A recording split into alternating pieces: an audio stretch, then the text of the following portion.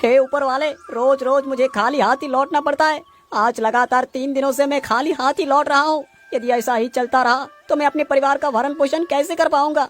मुझ पर दया करो भगवान, आज तो मेरे जाल में एक बड़ी मछली फंसा दो।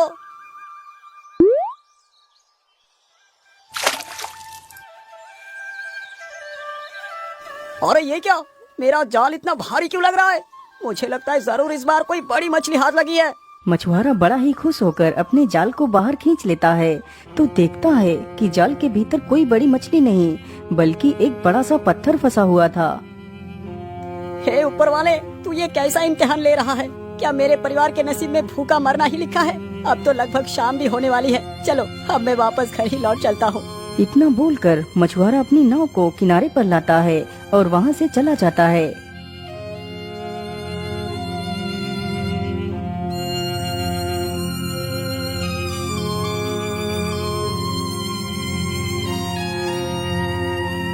क्या हुआ जी, आपका मुंह उतरा हुआ क्यों है? क्या आज भी आप खाली हाथ ही आए हैं? हे भगवान, बचा हुआ राशन तो कल ही खत्म हो गया था, आज तो राशन भी नहीं है। हम क्या खाएंगे? क्या आज भी हमें भूखा सोना पड़ेगा?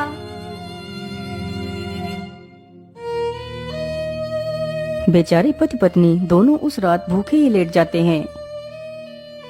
हे ईश्वर, तू मुझसे किस जन्म का बदला ले रहा है? मालिक मुझ पर रहम कर, मालिक मुझ पर रहम कर। अगली सुबह होते ही मछुआरा जाल लेकर नदी की ओर निकल पड़ता है।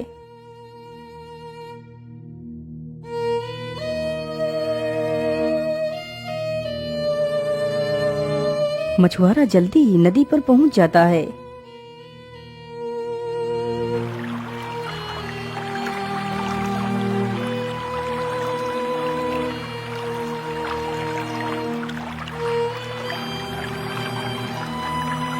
मैं इस जिल्लत भरी जिंदगी से परेशान हो चुका हूँ। यदि आज मेरे जाल में कुछ भी नहीं फंसा तो मैं इसी नदी में कूदकर अपनी जान दे दूंगा।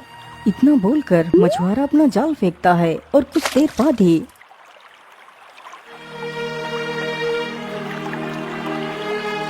पता नहीं मेरी किस्मत कैसी है कि आज भी मुझे कुछ भी नहीं मिल पाएगा। चलो कोई बात नहीं, मैं फिर से अपना जाल फेंकता हूँ। इतना बोलकर मछुआरा अपना जाल फेंकता है।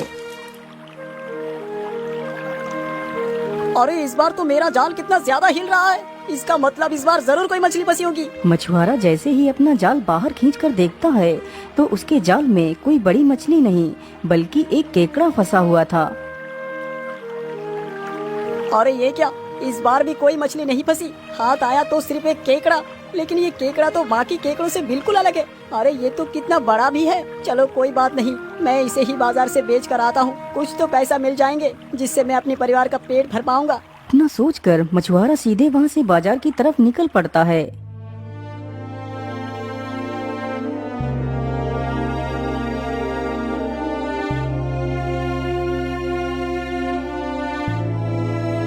आइए आइए भैया, आप लोग मछलियाँ तो रोज खाते हैं, आज जरा केकड़े का मांस खाकर देखिए। अरे रमेश भैया, आइए और इस केकड़े को ले जाइए। अरे नहीं नहीं भाई, मैं इतने बड़े केकड़े का क्या करूँगा? वैसे भी मुझे केकड़ा पसंद नहीं, मैं तो मछलियाँ ही खरीदूंगा।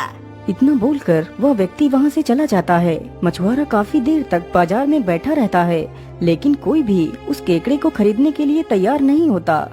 हे भगवान, क्या कोई इस केकड़े को खरीदेगा भी या नहीं? मैं ऐसा करता हूँ, इस केकड़े को ही लेकर चलता हूँ और आज इसे ही पकाकर खा लूंगा। इतना सोचकर वह वापस अपने घर के लिए निकल पड़ता है। अरे भाग्यवान, जरा देखो मैं क्या लेकर आया हूँ। अरे ये तो एक केकड़ा है। हाँ भाग्यवान, आज हम इस केकड़े को ही खा लेते हैं। अरे नहीं जी, मैं इस केकड़े को नहीं खाऊंगी। आप इसको बाजार से बेच आओ और कुछ राशन ले आओ। अरे भाग्यवान, मैं बाजार से ही आ रहा हूँ लेकिन कोई भी व्यक्ति इसे खरीदने के लिए तैयार ही नहीं है। अब तुम ही बताओ मैं क्या करूँ? अजी, आप इस केकड़े को राजा के पास लेकर जाओ, वह जरूर इसे खरीद लेंगे। लेकिन भाग्यवान, क्या महाराज इस केकड़े को खरीदेंगे? हाँ हाँ, क्यों नहीं खरीदेंगे। आप उनके पास जाइए तो सही। अपनी पत्नी के कहने पर मछुआरा उस केकड़े को लेकर राजमहल की तरफ चल पड़ता है। मछुआरा जल्दी ही राजमहल में पहुंच जाता है। बोलिए मछुआरे, तुम्हें क्या समस्या है? तुम यहाँ क्यों आए हो? महाराज, मेरा परिवार 4 दिनों से भूखा है। क्योंकि मेरे पास पैसे नहीं जिससे मैं उनके लिए भोजन खरीद सकूं। मैं आपको ये केकड़ा बेचने के लिए आया हूँ, आप इसे खरीद लीजिए महाराज। लेकिन मछुआरे, मैं भला इस केकड़े का क्या करूँगा? राजा के मुख से यह बात सुनकर मछुआरा उस केकड़े को उठाकर जाने लगता है। रुक जाइए मछुआरे भाई, पिताजी आप इस केकड़े को खरीद लीजिए, ये केकड़ा मुझे बहुत अच्छा लगा। लेकिन राजकुमार, राजमहल में अनेक प्रकार की मछलियाँ बनाई गई है, आखिर तुम इस केकड़े का क्या करोगे? पिताजी मैं इस केकड़े को अपने सरोवर में पालूंगा, आप इसे खरीद लीजिए पिताजी। अच्छा ठीक है राजकुमार। अरे मछुआरे, तुम इस केकड़े को हमारे सरोवर में चलकर छोड़ दो। इतना सुनते ही मछुआरा राजा के सरोवर पर जाता है और उस केकड़े को उसी सरोवर में छोड़ देता है। राजा उस मछुआरे को एक पोटली भरकर सोने के सिक्के देता है। मछुआरे, तुम इन पैसों से पूरे जीवन खाना खा सकते हो। महाराज आपकी जय हो, आपकी जय हो महाराज। इतना बोलकर वह मछुआरा वहाँ से चला जाता है। चलिए राजकुमार, अब आप भी राजमहल को चलिए, कल सुबह तुम इस केकड़े को देख लेना। नहीं पिताजी आप चलिए, मैं अभी आता हूँ। अच्छा ठीक है राजकुमार, मैं जाता हूँ, लेकिन तुम भी जल्दी ही आ जाना। फिर राजा भी वहाँ से चले जाते हैं।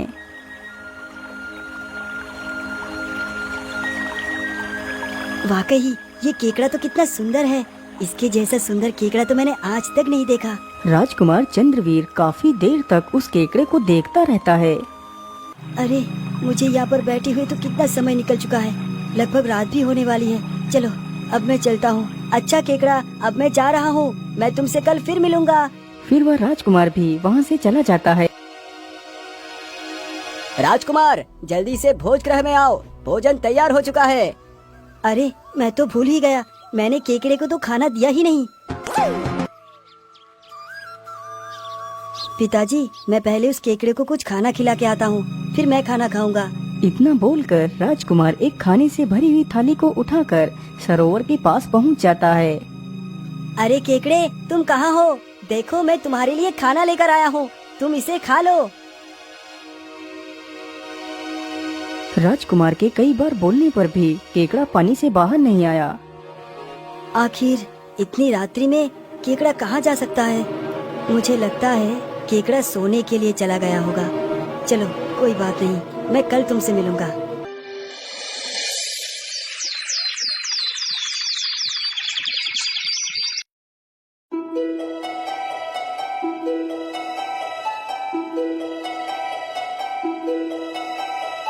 अरे केकड़ा तुम रात्रि में कहाँ चले गए थे?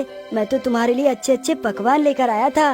राजकुमार को तालाब के किनारे बैठे बैठे पूरा दिन गुजर जाता है।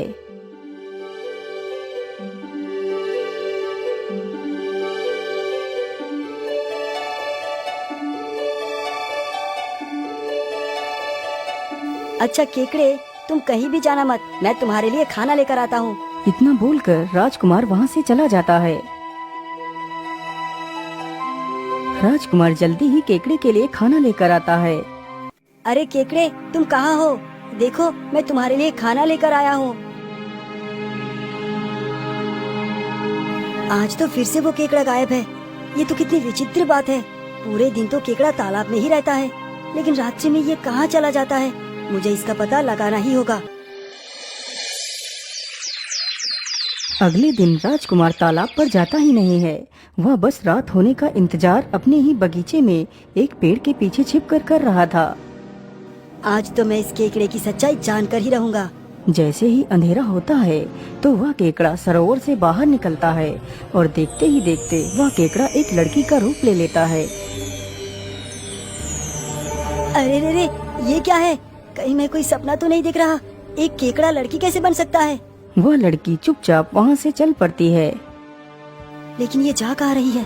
चलो इसका पीछा करता हूँ। राजकुमार चुपचाप उस लड़की का पीछा करता है। लड़की चलते चलते काफी ज्यादा घने जंगलों से होकर गुजरती है।